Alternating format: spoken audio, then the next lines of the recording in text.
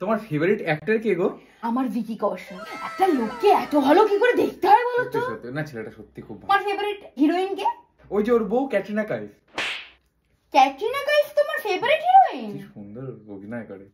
তোমার নিজেকে কোনদিন দেখেছো তোমার নাকি ক্যাটরিনা পছন্দ?